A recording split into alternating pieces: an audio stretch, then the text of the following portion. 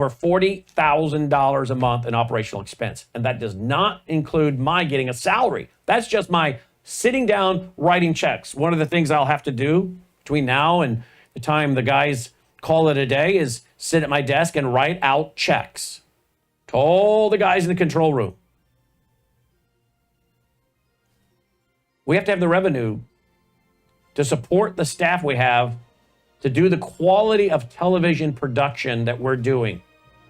So I need your support.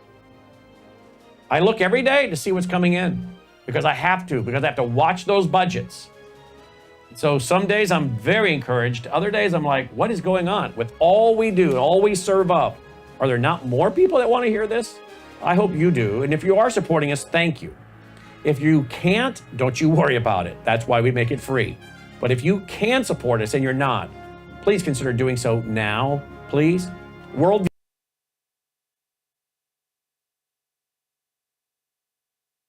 You're watching Worldview 2, built on the 35 years of Worldview books, documentaries, research, high-profile interviews, and the radio and television broadcasts of Brannon House. Colonel Rob Maness has a lifelong record of providing dedicated service to this nation. Having worked his way up from the enlisted ranks to full colonel, he served our country for more than 32 years.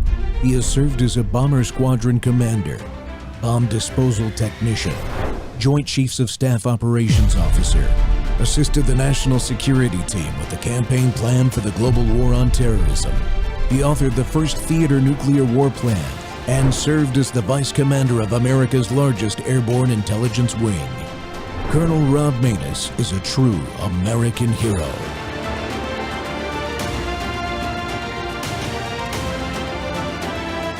This is Rob Maness Live.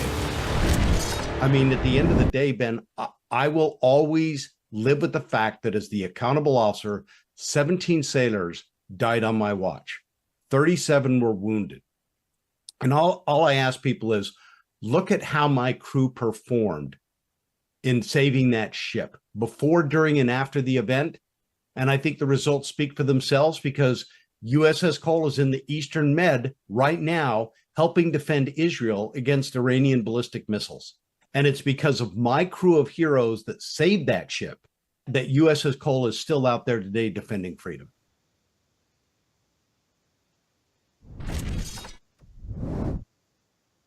America never forgets, and our country doesn't forgive our enemies either. Well, it's the 25th year anniversary of the USS Cole attack. That was Commander Kurt Lippold, the captain of the ship, from last year's anniversary, talking about his crew. And this is Training Tuesday. The Rob Maness Show is live on Worldview Tube, our X Spaces simulcast, Rumble, YouTube, Truth Social Plus, Amazon Fire, Apple TV now, and Roku. And that's right. America will go to the ends of the earth to find and hold accountable those who attack us, no matter how long it takes. Yemen is back in the news these days, of course. We just did a whole show of it yesterday with Captain John Conrad, because thanks to President Trump's bold decision-making, we are once again holding terrorists in Yemen accountable for not only attacking American naval forces, but even civilian commercial shipping in the international waters of the Red Sea and the Gulf of Aden. In this 25th year of the attack that happened there against the Cole, killing 17 Americans, as Commander Lippold said, it is important for us to not just commemorate that anniversary as it comes up this October, but to remind ourselves why these men and women sacrificed so much for us, giving up their lives, and who they were. We also need to remember the heroism and courage of the crew and how the crew responded, saving the ship so that it could eventually be returned to service. Like you just heard, their actions were nothing less than miraculous. And finally, we want to keep those who survived and their families, especially the families of those that died and survived. We want to keep them, especially because accountability is not yet complete against all the planners and attackers on the Cole that day. So keep them in our prayers. Well, my guest today to help us remember is retired U.S. Navy Master Chief Petty Officer Paul Abney. Chief Abney enlisted in the Navy at 19 and rose quickly through the ranks as a surface sonar technician and was the acting command master chief on the USS Cole that fateful day in October year 2000 when it was attacked by terrorists. Paul, welcome to the Rob Maness Show, sir. Thank you so much for agreeing to come on and talk about this story. Hey, Rob, thanks. And first, let me just make a correction. I might have given you some information a little bit wrong. I was the acting command master chief on there in 1999, right as I made master chief.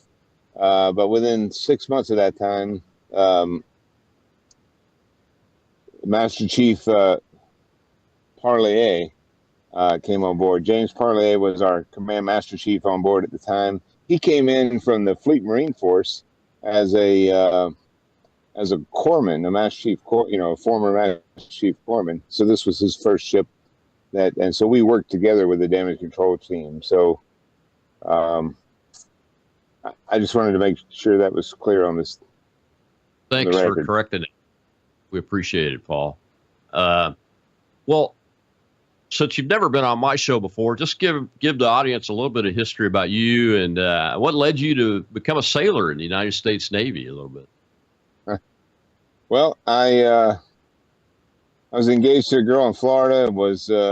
Her parents thought I should go to college, and I said, well, the only way I can afford to go to college is with the GI Bill. So I joined the Navy and was going to do 4 years and get out and go to the University of Florida and be an electrical engineer. But yeah, it didn't quite happen that way. 30 years later, I retired as a master chief and then still supported the Navy for another 17 and a half years, the government contractor. So I've got actually, I'm technically still a contractor now, so I guess about 48 years supporting the Navy now. Still working in the sonar end of the business? Yes, sir. Just now I'm part-time on call, so just when they have a major naval exercise, I go in and help out a little bit. Yeah. Since August, I've been, just been doing it a couple times. That keeps your fingers in that pot a little bit, just enough, huh? It does, and it gives me an opportunity sometimes to talk to these sailors about my coal experience, and I enjoy talking about that just to keep them current in what it's really like there, and the importance of training, and how it saves lives. For some time, that was my way of dealing with my survivor guilt. Was if I could save a future life by teaching them how important training was, then that made up for somewhat a life I couldn't save before.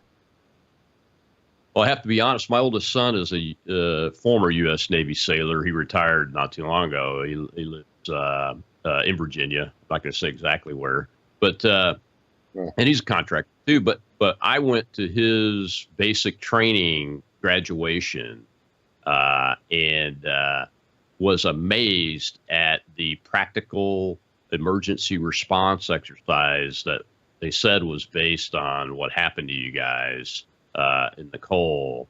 And they made it as real as possible, but getting the opportunity to chat with you today is a real honor. And I look forward to this video being watched by others so that they can learn some lessons too, because it's so important. The Navy built essentially a full up scale model of the incident to push people through and train them on it. And that training is what ends up saving lives, as you pointed out. So every sailor, every airman, every soldier, Marine, they all have a pathway to where they were at on a given day. What was your pathway like, Chief? Give us a flavor of some of the experiences you had as you made your way up through the ranks.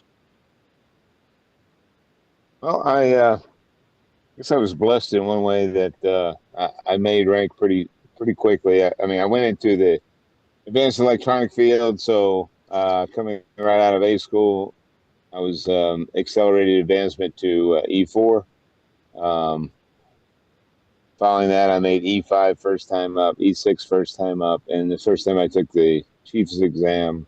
The Navy Times at that time, fastest way to chief was STG, and I happened to be a STG that year and made chief at like 8.5 years then about 16 years in, so I almost had as much time as a chief as I did all my other ranks. I made senior chief. And so if you got to sit somewhere, it's not bad to sit in the mess. And then I'd say about 22 years in is when I made Master Chief, and that was actually on board the Cole. I went to the, I came off a shore to go into the Cole. I actually helped write the acceptance message from the ship. I ghost wrote that so that they could get me on the ship earlier, and I could relieve the senior chief on board. I went on there as a senior chief and to make a 4-month med cruise because I hadn't been on the East Coast in a while. I did a West Coast ship.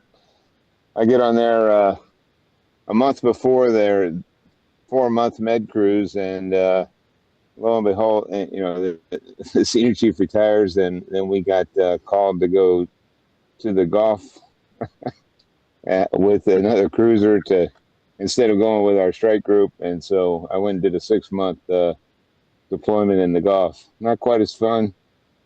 Yeah. We got to see just from the strike group as they hit ports everywhere and complained about how long they were in port while we were sitting off the coast of Pakistan, I think at the time, doing Pony Express ops. Yeah, so you guys were on a previously scheduled cruise up to the point where you found yourselves in the Gulf of Aden that morning on October 12, 2000, right? Right. That on. was the cruise. That was the cruise back in '98, and on the Cole. And actually, on the way back from that was when the embassy bombings were in Africa. But even that didn't seem to get the message across because I was thinking we would surely be turned around. And we went home. Ended up going on this deployment in 2000. 99, like I said, I made Master Chief on board. And we made the deployment in August of 2000. It was shortly after, my mom had died that December before that. Mm-hmm. Kind of crazy time. We're in the Mediterranean off the coast of Kosovo with things stirring up there, and then we got a call to go to the Gulf because of the weapons we had on board. So we went to the Red Sea and we were refueling in Aden. Just a brief stop for fuel when this happened. So you had come out of the Med down through the Suez Canal and were stopping to do refueling before you actually went into the Persian Gulf. Is that the way I understood it? Yes.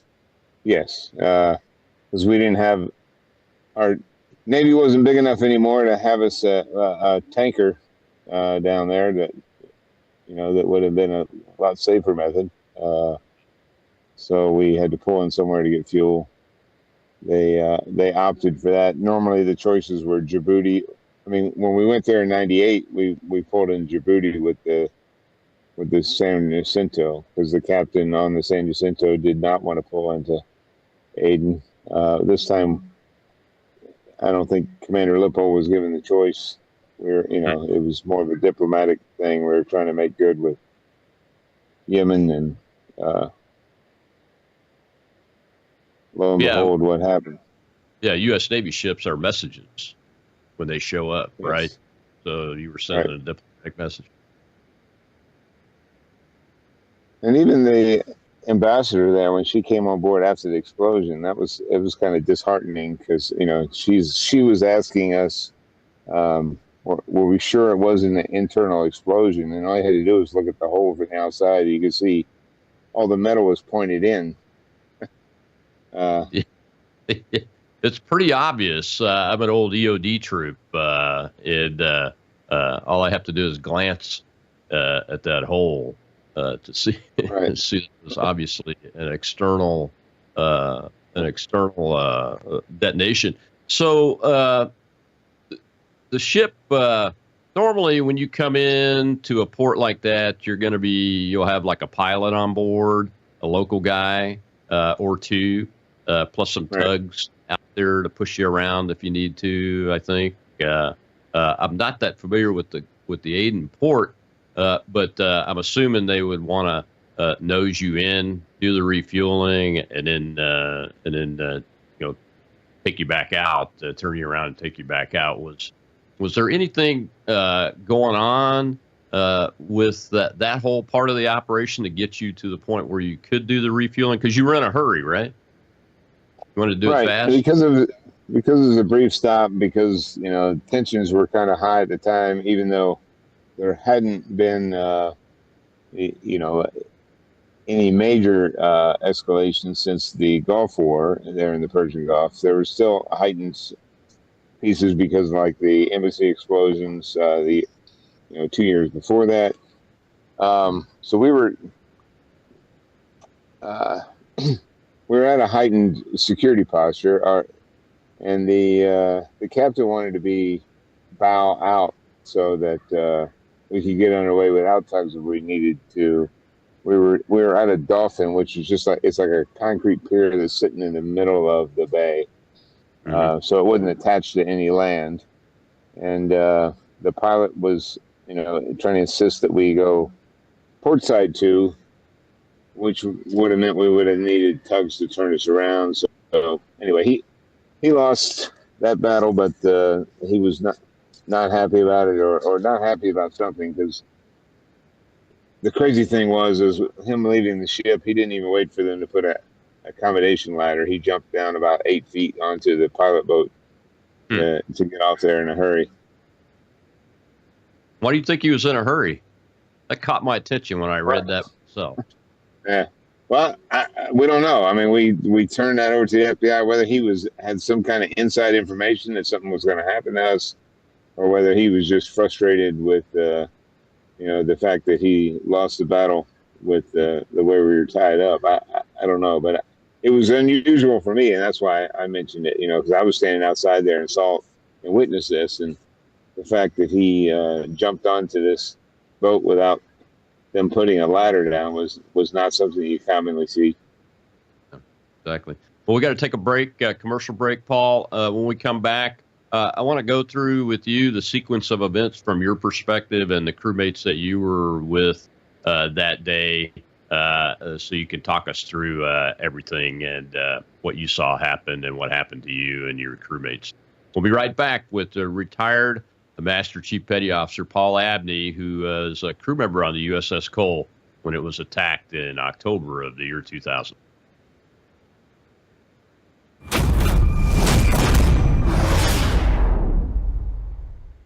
Hello, I'm Brandon House. Would you like to gain access to over 20 years of my radio shows, TV shows, my books? I've written 15 books, and most of those books are ebooks now. And we have conference DVDs, conferences where we filmed our conferences at the Ozarks, literally starting 20 years ago. It's all available in our archived vault. All you have to do is go to worldviewtube.com/vault, worldviewtube.com/vault, and for a reasonable monthly fee, you gain access to over 20 years of Christian worldview programming, news, information, books, documentaries, and a powerful search engine. And folks, it's a great way not only to educate yourself, equip yourself, but it's a big way that you can help fund our continuation as a broadcast network. Please check it out. worldviewtube.com/vault, worldviewtube.com/vault, and help us continue pushing out a Christian worldview.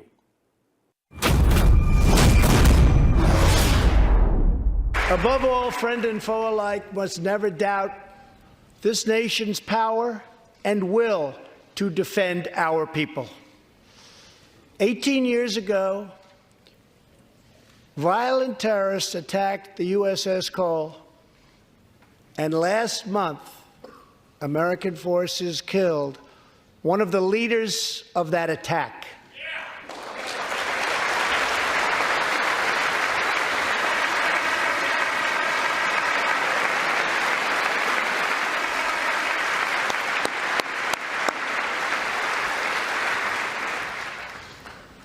We are honored to be joined tonight by Tom Wibberley, whose son, Navy seaman Craig Wibberley, was one of the 17 sailors we tragically lost.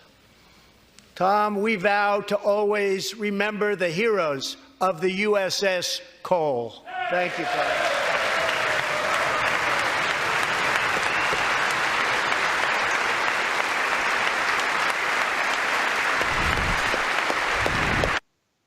Welcome back to the Rob Maness Show. And as the title of the show says, America never forgets when our enemies attack us, and we will go to the ends of the earth to track you down and hold you accountable, whether it's through military violence or through the legal system. Eventually, you will be held accountable. And that was President Trump in his first administration. And the other piece to this show is about honoring those sailors who lost their lives that day on the USS Cole. And with me as my guest today is retired Master Chief Paul Abney, who was a senior crew member on the USS Cole that day, was there. And Paul, again, I can't thank you enough for coming on the show to talk about this. I know it's hard. As we talked about on the phone, I was at the Pentagon on 9/11. It's not the easiest thing to do to talk about something you've personally gone into. But I would like to get your perspective of the sequence of events that day, so we can talk about the heroes on this crew that saved this ship, really. Well, I think we already talked about when we pulled in there. That was about 9 o'clock, 9:15 or so. And we were expected to be there until late. They didn't know how much pressure the fuel system had to take it on board. But around right around lunchtime, the way chow, which is lunch, goes on a Navy ship, you have 3 different eating places: the wardroom for the officers, the chief's mess for the chief petty officers, senior enlisted, and then the mess decks for the crew. They the people that prepare the meals and stuff will eat somewhere around between 11 and 11:15, and then early chow goes at 11:15. Normal chow will start about 11:30. So about 11 o'clock, when these mess cooks and the chief's mess were eating, they passed the word that we would be probably getting underway a little earlier because we were taking on fuel faster than they thought. And so this was so they could get things prepared. Shortly after that, 11:15, they passed early chow. You got a lot of people waiting in line, all lined up along this third ship P-way. I had already finished my chow. I was over in the port side of the chief's mess, now in the lounge area, watching Mission Impossible 2, an old movie, but it wasn't that old at the time. And at 11:18, this blast went off, and the crazy thing, it was kind of synchronized with the blast on the movie. So it was a split-second thought in my head was, man, that was loud for a movie, followed by the blast that knocked me backwards. And the last thing I saw as the lights went out and the room became pitch black was the shipmate that was sitting across from me, chair and all, going over my head, and it threw him about 20 feet across the room. The room was filled with this acrid smoke, and it was very hard to breathe. Everybody was choking. Many people were injured, so there was, people moaning, and I was just trying to get out of the space, to get out of the smoke. We're taught to go low when there's smoke or in a place to get away from the smoke rises. But in this particular case, it seemed like the smoke was just as bad all the way through the room. Where the door should have been to exit the building, it was just a mangled mess. So I made my way over to the other exit we had, which was into the galley. And by this time I was standing, and as I stepped into there, the water was up to about my shin. And I ran into Senior Chief Valanahan, who was coming out of the galley saying, I don't think we can get out this way, Master Chief. So we kind of, between the two of us, we understood that where the main door is a false bulkhead, which means it's not real steel like the rest of the ship and the major bulkheads. It's more like sheet metal that's corrugated like cardboard. So it makes so we call it a false bulkhead. So we were going to go over there and beat on this. And on my way crawling over, I had a shipmate grab me by the arm, say, Master Chief, I'm dying. You got to help me get out of here. And the only thing I could tell him was, we got to get to this bulkhead and let people know we're trapped, or we're all going to die in here. And so I had to leave him, and we made our way over. And I just remember beating on this bulkhead for some time. And the next face I saw was HT2 Regal, who at the time we had just moved him up from repair. I mean, just prior to this deployment, we moved him from while we're doing our training, from repair 3 to repair 5. Repair 2 and 3 are the forward end and the aft end of the ship that are not. I mean, they're important for firefighting and damage control, but the most important place is repair 5, because that covers all the main spaces. And so he was a real go-getter. So he had taken over as the locker leader there, and this was the guy leading this group of men that got us out of the mess. Mm-hmm. It still chokes me up here talking about that, because anything close to my heart these days, you have to excuse me, I might break into tears. But That's okay. He my hero to this day got me out of there, and I made my way up topside, and then started looking for stretcher bearers to try to get the rest of the chief's mess out. I ended up coming back down by the mess deck area, and I know I ran into one of our DC-1s that said, kind of. So they had so many injured people there, and people that were caught up in machinery. We've got we got too many problems here, Master Chief. You need to go somewhere else to find some stretcher bearers. And I made my way across the mess decks, and there's some pretty badly injured people that we already triaged out there. Saw one of the guys who did make it off the ship to the hospital, but ended up passing away. His legs were mangled up. They had him in a soak stretcher, and eventually I made my way back into the mess. I was able to get a breathing apparatus and get a light, so at least I was getting good air now. And I got several of our OSs out of CIC, because they had gone there for general quarters, based on this explosion, and they came over and were helping to carry the chiefs out and put them on stretchers.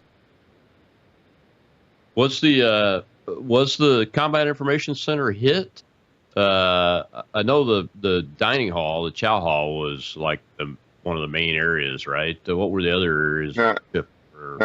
CIC was forward. CIC was forward to that. So the main area that was hit was just below the galley. And had we been port side to and the starboard side out, it might have maybe even, I don't know if this was a shaped charge or not. I've read that it was estimated to be between 300 to 700 pounds of TNT equivalent, or that type of plastic explosive. It blew a very large hole in the side of a ship that had steel this thick. Here's a piece of that the shipyard gave us.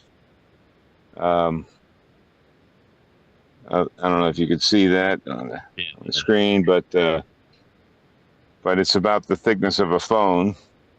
Right. And after the damage done, this is what that metal looks like. Quite twisted and torn up. Mm-hmm. So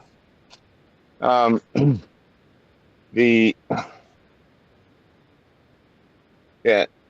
So that on the port side of the ship, we had a little peeway with a what they call the HT workshop or the general workshop and oil lab. And ground zero, I would say, was the HT workshop. And so what happened there was the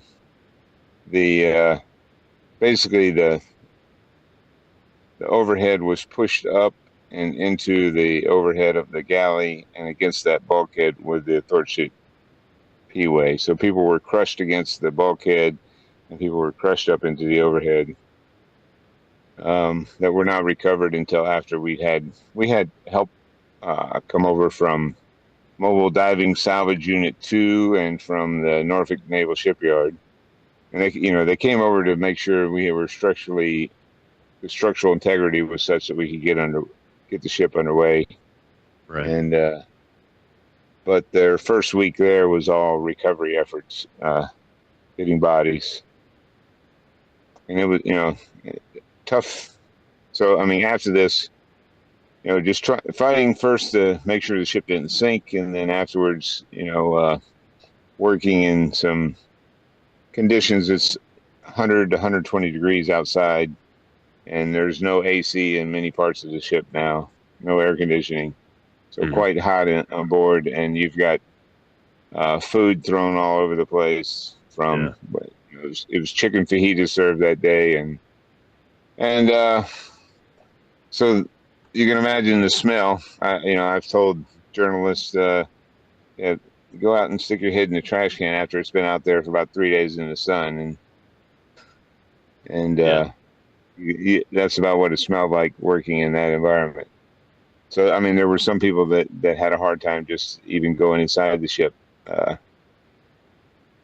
especially around the galley area because of the smell. Mm-hmm. The right after the explosion, the crew, you were very lucky that the ship didn't burn. Really, obviously there were fires. The crew must have responded. Those that are trained, I mean, everybody's trained in some type of emergency response on a ship. But that young man you were talking about earlier, being in charge of repair there, must have had a great set of people doing heroic things very quickly, in spite of all of the chaos, right? Yeah, there was, because the oil lab was on that side, there was fuel oil everywhere. I mean, in almost every place there was water, there was fuel on top of it. The fact that there wasn't a fire was a godsend. All I can say, I wouldn't be here today if there was a fire. I would have never gotten out. And the other blessing was, I mean, we were one of the first ships to get SCBAs, which is a self-contained breathing apparatus. It is like what the firemen use these days. Prior to that, most of the Navy ships had a chemical reacted an OBA, and the oxygen breathing apparatus. You pulled a string and lit a candle, which created a chemical reaction that made oxygen. But you weren't supposed to go into a space that had any kind of fuel in it. And here we were. Every space had fuel oil in it. They put down a lot of AFFF, which aqueous, foam fighting. I forget what the third F is for, but you can look it up. It's out there. This, unfortunately, we went through much more than we normally, because it was kind of a lot of it. Without fire main pressure, which we didn't have for some time, it's made to be put out with a fire, spread with a fire hose and created into foam, where, I think a lot of it was just poured out just to get something on top of this fuel oil to try and keep it from lighting off. And they had to secure power midships because there were wires that were arcing and sparking, and so they did a tremendous job in getting a lot of that stuff done. And I credit most of it to the months of training we went through I'd never seen a ship train as much as we did prior to this deployment. A matter of fact, I was a senior enlisted, and I just wasn't used to that, and I would call it ad nauseum. Yeah. we trained so much, but in the long run, it was that training that saved so many people's lives, because there were people doing things that, there was no one telling them what to do. All the communications were out, all the power was out, and so people were running around doing what needed to be done without anyone telling them, and then passing that word to Damage Control Central so that they knew what had been done to help preserve the ship. Yeah, you and I know because we're military men, but the more you train, the more successful you can be in the chaos of an attack or an accident, if you're in the middle of it, because you're going to fall back on your training. It's all you have.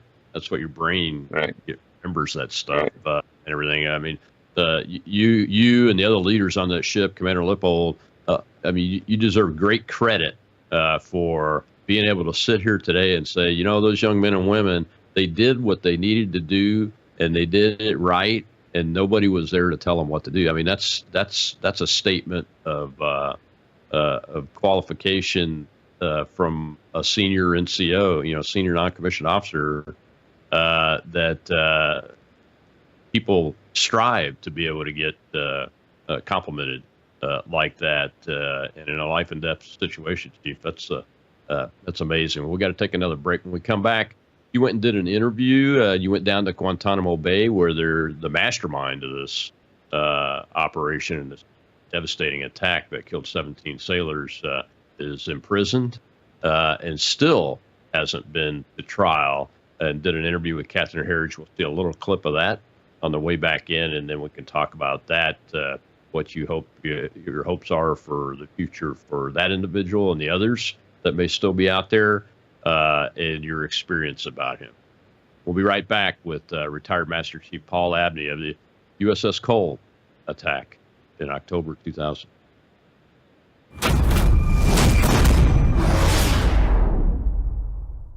Hello, I'm Brandon House. I want to thank you for all your support at wvwfoundation.com that helps make possible pushing out 24/7 content for free.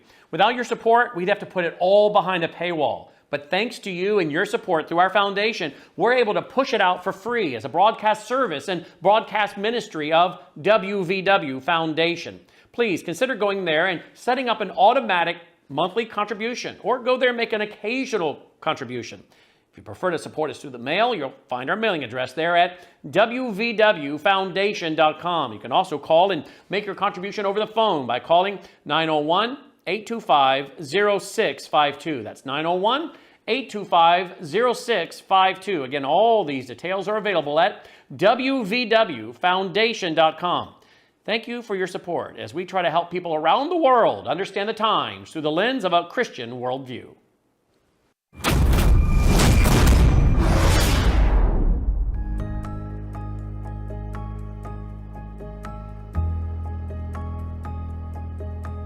We were granted a rare interview with two survivors of the Al-Qaeda attack on the USS Cole. 25 years ago, suicide bombers killed 17 sailors and injured nearly 40. So let me ask you, because it's almost 25 years, what can President Trump do for the families of the USS Cole? I would think the biggest thing that would help right now is just to bring this trial about. So you want to see it get to a trial this fall? just to end it for the families here and all the people that have been waiting all this time. I mean, I was on board the ship when this happened. I was maybe 20, not even 20 feet, 10 feet above where she was. Is justice the death penalty? Is it life in prison? I don't care if they make a deal. Justice is an end to this trial. Abney, a retired master chief, and Lopez, who was a petty officer, sat in the same military court as the accused terrorist al-Nashiri. The Saudi national, who allegedly met with al-Qaeda leader Osama bin Laden, was arraigned 14 years ago. This is the trial. Never ends. Can't even get a trial. The pre-trial that never ends. It just goes on, my friends. And that's what we're feeling. It's just listening to you. Pre-trial motions. It's like another wound. Is it like another wound? Yes, ma'am. In and of itself. Yes, ma'am. Yes. Yes. These 5 men Or the only ones that have been alive longer than we have been waiting for justice. The rest of these guys have been deceased longer than they were alive. He was only 24. He was 22. Come on. This is cruel.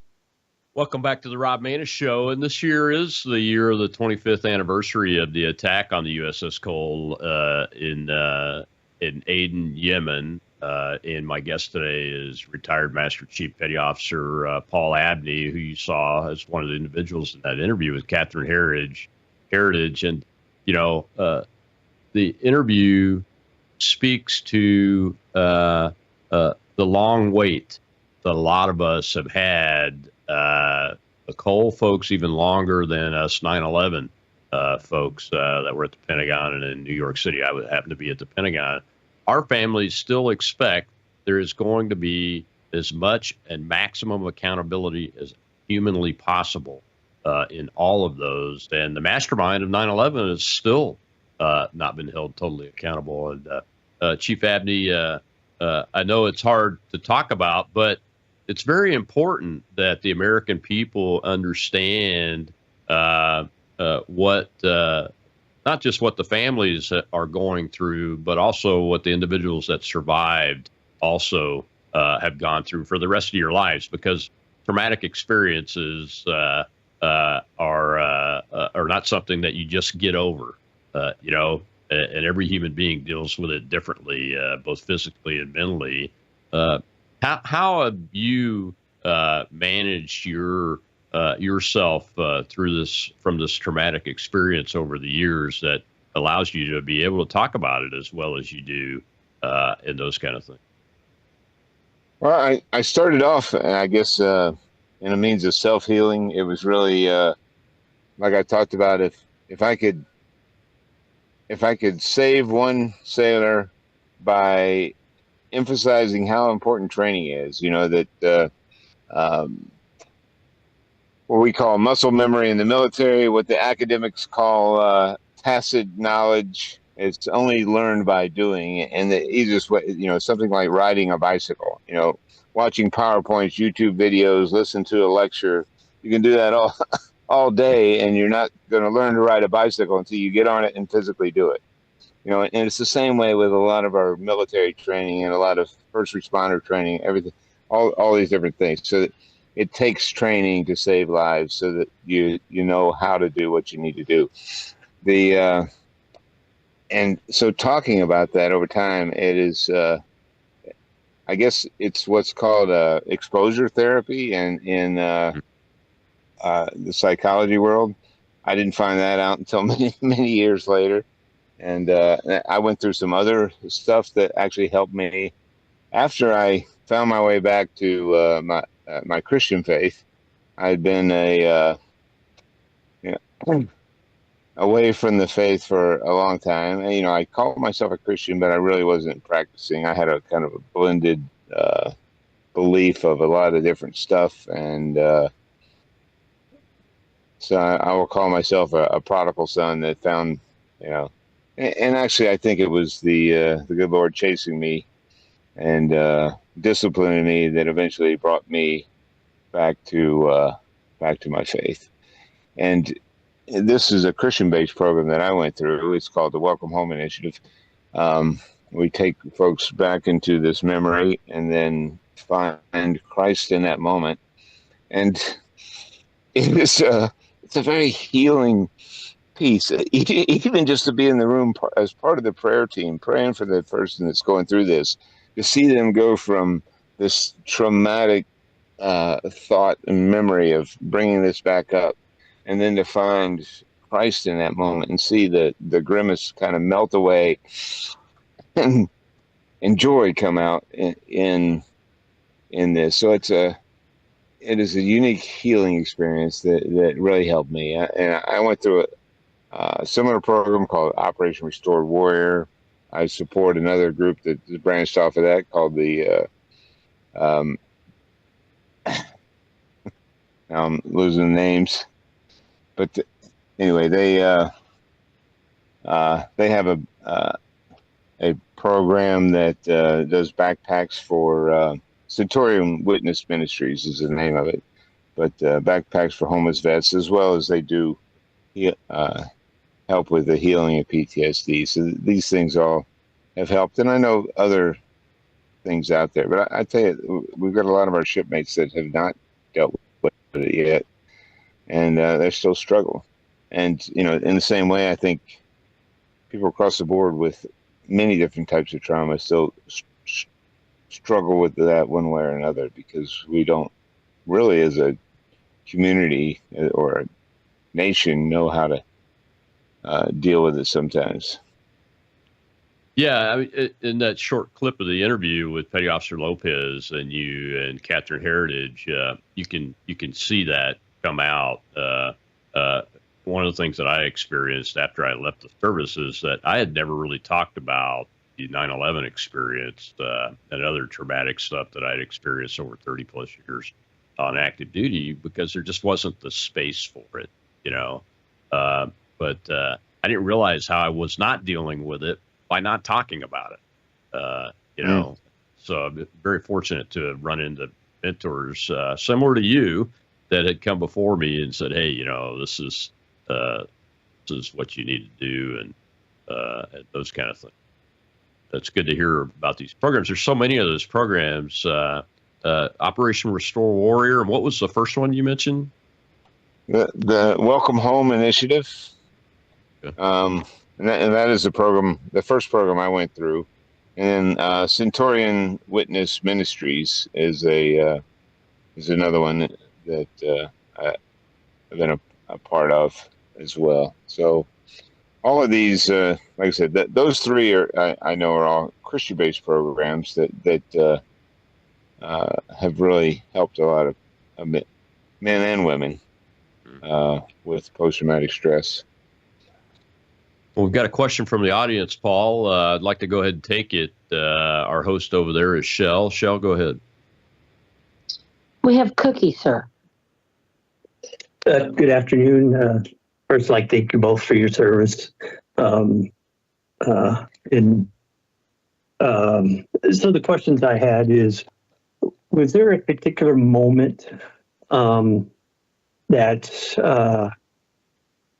you turned your life to Christ? Is there something defining that? And then how do you keep faith when you see and maybe have these memories of what happened on the coal and stuff?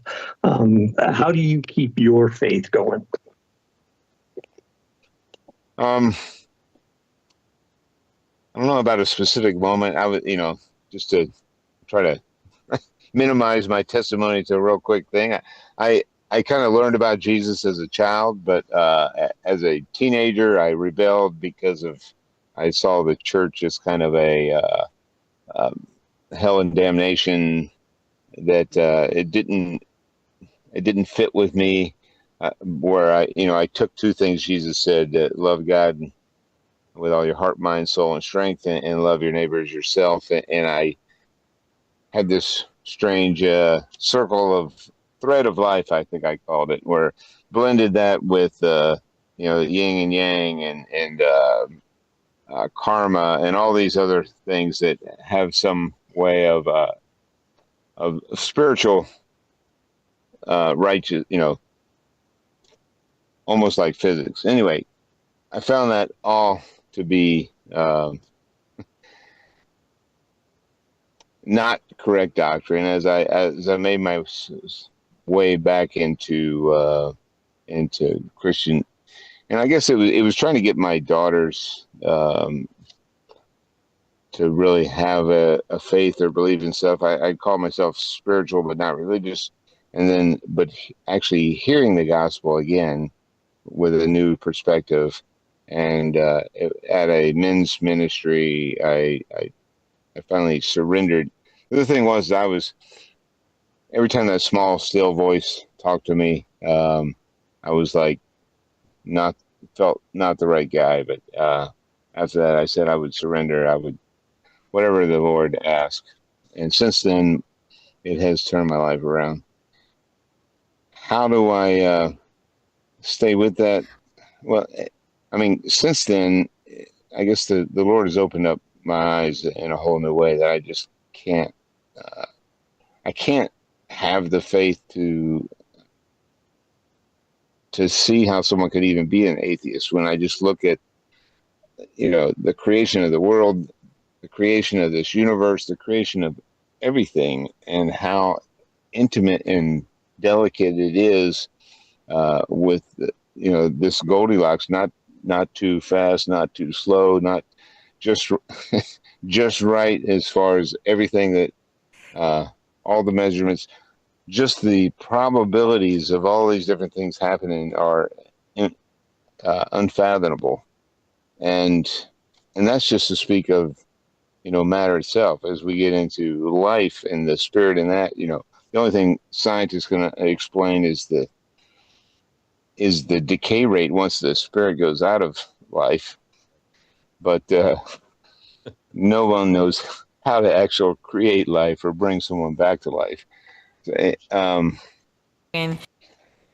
So it only speaks to God. And then once the relationship is there, and I think that relationship only comes, just like the Bible says, when you humble yourself before God and you ask the Holy Spirit to tell you, reveal His word to you.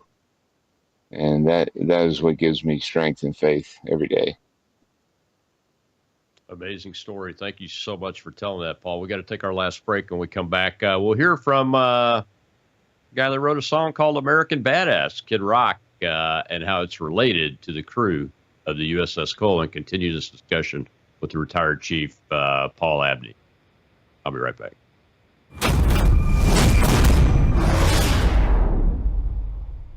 Hello, I'm Brandon House. Is the government tracking you? Do they have access to all your data?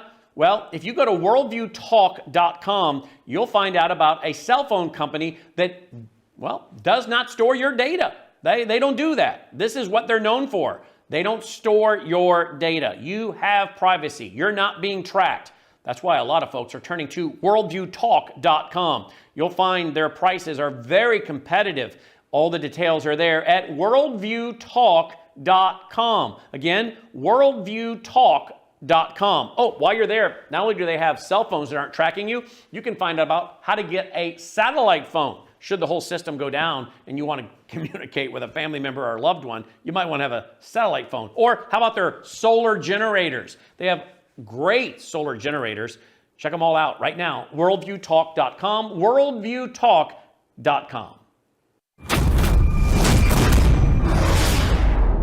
Those of you serving, who have served, sure I speak for everyone when I say thank you for your service.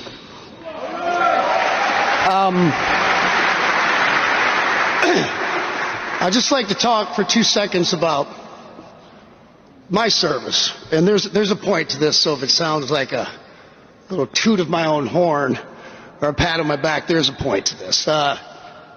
Probably some of the most rewarding things I've done in my life and career have been being able to perform for our troops all over the world, from Kosovo, Germany, Afghanistan, Iraq, the UAE, Incirlik, Turkey, Italy, England, all across the U.S. But how did that start? Thank you. Thank you. But I want to tell you a little story how that started.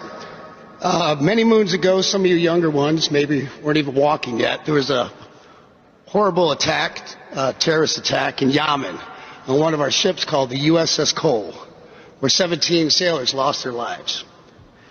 And when they were getting towed out of that harbor, you can imagine their brothers and sisters, people serving with them, were pretty upset, pretty pissed off. But the upper brass said they could play patriotic music while they're getting pulled out of there. And one of those wise guys put on a little song by myself called American Badass. And they were pretty upset. I got a few pictures with these guys with, after losing, 17 of their brothers and sisters. They got F Yaman across their chests and a couple middle fingers in the air. And it gave me chills when I found out about it.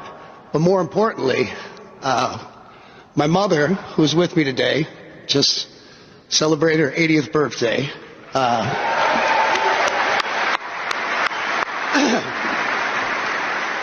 It was her who I might note that her father, my grandfather, and my uncle, her brother, served in World War II in Vietnam, she said, you should do something to help out with them. And this was, kind of before all the crazy wars and everything in the Middle East broke out. And I said, you're right. And I was raised to be very patriotic and love my country. And so it just happened. We were playing in Virginia, where we have a big presence in our military and the Navy. And I was able to play a show there and donate that money to the families of those 17 sailors that lost their lives. And that was because of one reason, because of my mom, Susan Ritchie. So how about an applause for Mama Rock, who's here tonight. Welcome back to the Rob Maness Show, and we're talking about the 25th year, anniversary year that's arrived now of the attack in Yemen on the USS Cole with retired Master Chief Paul Abney, who was there that day as part of the crew and helped work the incident and was a leader in that, rescuing people, saving lives, saving the ship. And continues to this day to advocate for his folks that survived that and for the families. And Paul, I just wanted to play that clip because, the American people are all with you. I mean, there were lots of questions about this attack and everything that have gone on through the years. And I think partially because we've never gotten to closure completely on people like Mr. Al Nasri, who's the mastermind that you were talking about with Catherine Heritage down at Guantanamo Bay. And when you did speak to her, you talked about forgiveness from a Christian perspective. If you don't mind, I'd like for you to talk about that a little bit as it relates to Mr. Al Nasri. Well, after I'd become a Christian, I was going through an apologetics class, and they asked us, "There's anyone that you couldn't forgive?" And I struggled with it a bit at that time because this was the mastermind they had down there court, and I mentioned him. But during that class, I was able to forgive him in my heart, right? But this was many years later. Actually, just last year when I was down there in May. I really had a sense from about 6 months before that I should do this publicly. And so while I was in Guantanamo, I was able to pass through his defense counsel at the time, a man by the name of Mr. Natali, to pass to his client that I'd forgiven him in my heart, and I was praying for his soul. But I still wanted to see him held accountable. And but it moved his defense counsel, and it moved his client. He had told me it happened during that period of time, and this whole thing is frustrating for I think both especially for the families who have lost someone, but also for the survivors and how long this has taken. And I'm sure it's not easy for the Mr. Al Nasri either, and I don't. Well, it is it's a function of the process itself. So, had they been actual military members of some state, it'd probably be long over with by now because that's what they originally brought them, try to bring them to a military tribunal, just like we've always done for the hundreds of years this country's been about. The last military tribunal we had in the country was for the World War II submarine, German submariners who got off in the Outer Banks and were going to do sabotage, and they were convicted at a military tribunal. But when we tried that with these guys, because they were civilians that committed acts of war, they're in a different category under the Geneva Convention. So they basically scratched that original military tribunal. The Military Commission Act was created several years later. They tried to bring up charges on that, and then the administration changed, and so they had to redo the Military Commission Act. So it wasn't until 2011, by the time it's gone through all this bureaucracy of creating laws and blending military and civilian laws to create a process that hold them accountable. And now it's all new law and new precedents. And so every single thing is being questioned on which way do we go, more like the civilian law, more like the military law. And so we're at something like 600 pretrial motions, and each one of those have multiple letters on them. So there might be, 120 variations of that motion based on the answers from the judge and the defense. And so it takes forever for us to get to a trial. We're still at pretrial motions all these years later. Our wish, and I know yours is that President Trump can get this job done, and y'all are going to have a 25th anniversary celebration of the folks that lost their lives and the families and everybody that survived this coming October. I think 11th through the 12th. You told me down in Norfolk, Virginia. Right. So looking for that, folks. And Paul, I'm running out of time, so I'm just going to say it. Kid Rock, you're invited. President Trump, you're invited. Secretary Hegseth, obviously you're invited. The Secretary of the Navy, these folks would love to see you down there, and we're all praying for success in these trials. Paul, thank you very much for joining us today. Well, thank you for having me. I am humbled and honored to be a part of your show, and I just thank you for the invite, sir. Likewise, sir. Thank you. So tomorrow's Whistleblower Wednesday. We'll be talking to Jared Madsen, who's a spokesman for an art group called Xin Yun that's being attacked by the communist Chinese because they are working out of New York City and spreading freedom and the narrative of freedom, and the communists don't like that. So we'll be discussing what's happening with them tomorrow on Whistleblower Wednesday here on the Rob Maness Show. I'll see you then.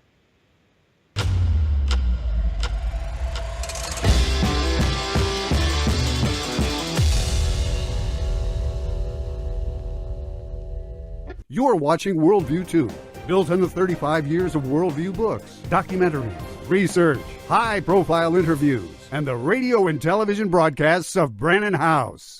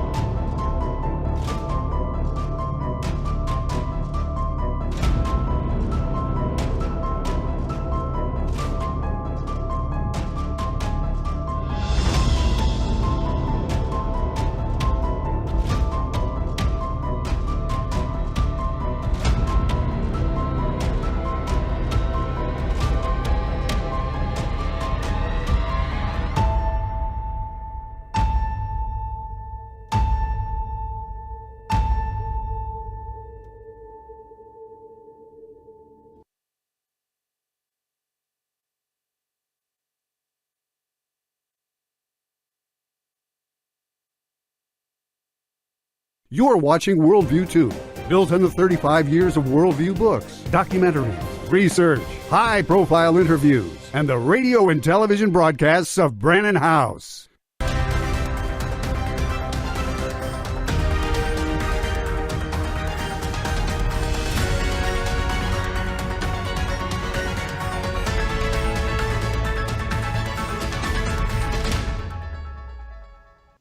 Ladies and gentlemen, welcome to Slingshot TV. I am your host, Troy Smith, back with another bombshell week of shows. Well, if you tuned into the show last week, you saw our exclusive report viewed by over 250,000 people on X alone, detailing the numerous charges that could be brought against Representative Jasmine Crockett for her many calls to take down Elon Musk, specifically a call that occurred last week where she urged members of a hashtag Tesla takedown protest group to take down Elon Musk for her birthday, March 29th.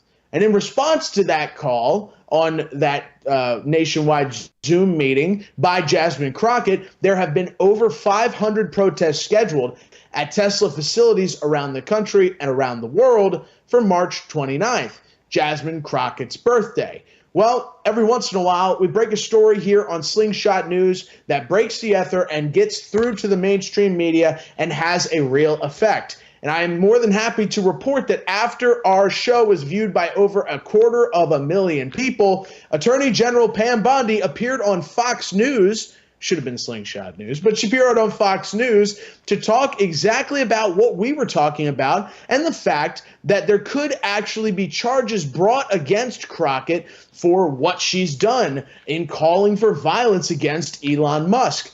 We want to play this clip for you right off the bat because Slingshot News was ahead of the curve on this one before any of these other influencers were talking about it, inserting themselves into the position. We sat here and told you exactly what she violated. Happy to have gotten the ball rolling here on Slingshot News. Let's roll it. Yeah, Sean, it is. And you know, after she said that about Elon, she said, well, I didn't mean violence. But, however, your words have consequences. And what happened after she said that about Elon Musk, she's a Texan in her own home state. After she said that, this morning, 3 explosive devices were found in Austin, Texas. So she needs to unequivocally denounce the violence. She must apologize immediately, not only to all Texans, but to our country, to the American shareholders of Tesla, because she is promoting violence. And then you showed the clip of what she said about Senator Cruz. I believe she probably will be censured by Congress for saying that. You know, people don't learn. She's using her public persona, her public platform to increase her followers, to increase her significance, and she is threatening lives, safety. You know, when she did this at Tesla, Sean, people's lives are in danger. This is America. We're in a free country, and she's yet encouraging this violence in our country. Think of all the lives that could have been jeopardized in Texas just today by her words and what she's done. But she didn't stop with that. She continued on with Senator Cruz. She has to apologize immediately and denounce the violence.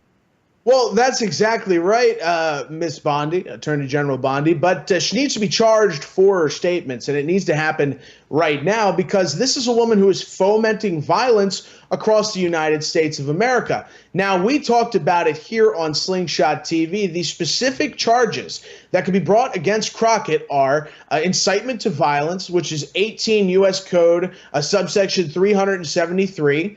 Her statements explicitly encourage illegal acts like violence against Tesla properties and personnel, and were intended to provoke imminent lawless action per Brandenburg versus Ohio 1969.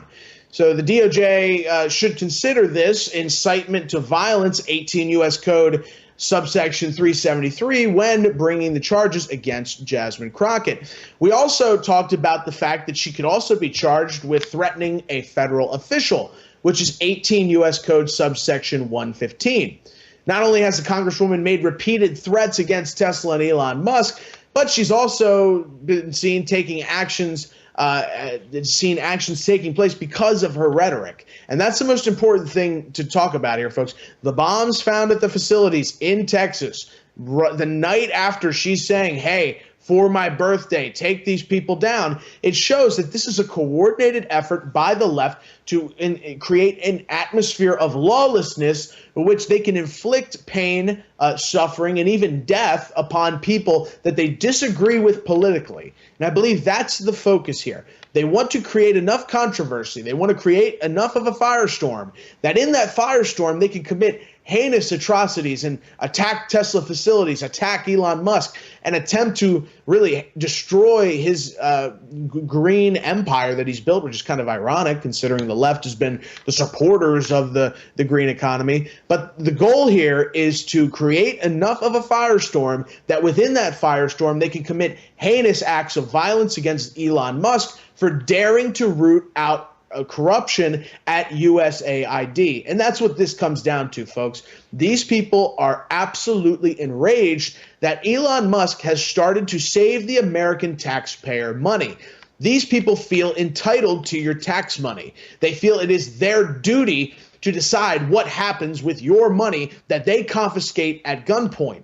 And the idea of anybody telling them, no, you can't waste money here. No, you can't waste money here. No, you can't do whatever you want.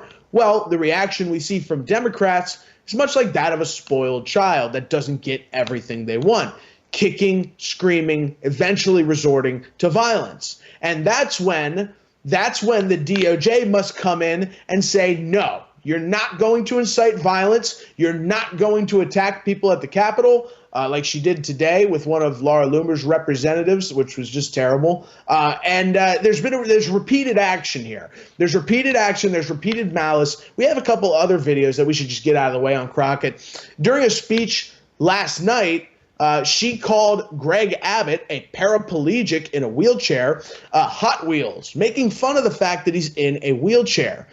Look, I'm all for comedy. We have a lot of fun. In fact, I've laughed about Jasmine Crockett on the show because personally, she's my type. I think she's really attractive, and I think that's hilarious that she is this attractive member of Congress that everybody hates, and we laugh about it here on the show. But there's a fine line, folks, between comedy and just horribleness. And to sit there and call somebody in a wheelchair Hot Wheels is like making fun of somebody with Down syndrome, or making fun of somebody that has a mental handicap, or making fun of somebody who had their legs blown off in Iraq. I mean, that's the level of just cynicism that we have out of Crockett. So this is totally just an example of why this person is a detestable. This has nothing to do with her being charged. It just shows why she's a detestable human being. She thinks that this is attacking somebody. And it's kind of like the difference between Don Rickles and other people who would try this insult humor. Don Rickles had a way of doing it that would make the person not feel offended, but smile as they were being roasted. He's really kind of the inventor of that kind of attitude on television. Don Rickles got started in the 50s. I mean, television is not that old, folks. So, you're talking about one of the pioneers there. And he would have people try to copycat him all the time, and it wouldn't work out because at the end, the bottle fell down. At the end of the day, folks, they didn't have the touch. They didn't have the finesse. So when Jasmine Crockett attacks somebody like Greg Abbott for the wheelchair thing, she's trying to emulate Donald Trump. She thinks that, oh, this is how Trump does it. He goes out on the attack. And she doesn't realize that in the distastefulness of what she's actually saying, she loses the value of her humor. She loses the value of that. And there's just a communications issue. And who knows what kind of schooling Jasmine Crockett has had, but this is a tremendous communication failure. I mean, the way she says this, the way this comes across is just plain bullying of a disabled person. And that is, look, we love to laugh. We love to have fun. But when you're making fun of somebody with a disability because of the disability, it's not like she's making light of Greg Abbott in one way and it just happens to make, no, she's focusing on the fact that he's in a wheelchair. That is the crux of her joke, which in comedy, maybe Jasmine Crockett should stick to law, although she's not very good at that either. So let's roll this clip of Jasmine Crockett calling Greg Abbott Hot Wheels. It's just ridiculous. The fact that this is a representative thinks that this is funny to insult a disabled person. Millions of people around the country in wheelchairs would disagree. The Democrats have traditionally been the people to point that out, but I guess with the new age of Democrats like AOC, Jasmine Crockett, they no longer have that. They no longer care even to pretend as if they care for people. They're just going to go full out and insult the disabled, which is really, I think, sick. So let's roll that clip. because we in these hot ass Texas streets, honey. Y'all know we got Governor Hot Wheels down there. Come on now.